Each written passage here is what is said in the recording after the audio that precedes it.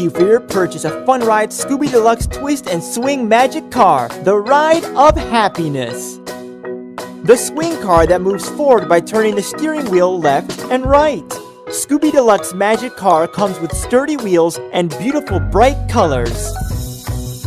Please follow this instruction video carefully to assemble the product and know the amazing features of it. This exciting product is assembled by using these parts. You also need a screwdriver and 6-point wrench tool or hex key. First, attach the back wheels to the end of the main body by using the accel rod, visor, and quarter pin both sides.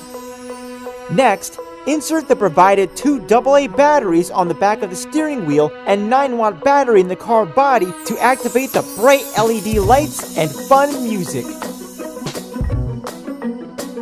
Now, guide the steering wheel rod through the body and attach the front wheel by using provided bearing, nut, and washer using the wrench tool or hex key.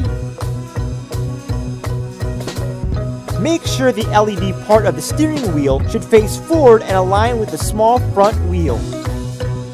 For the finishing touch, attach the backrest to the back end of the car body and slide the handrest bars towards the steering head. The Scooby car is now ready for use. Enjoy the fun ride, the ride of happiness.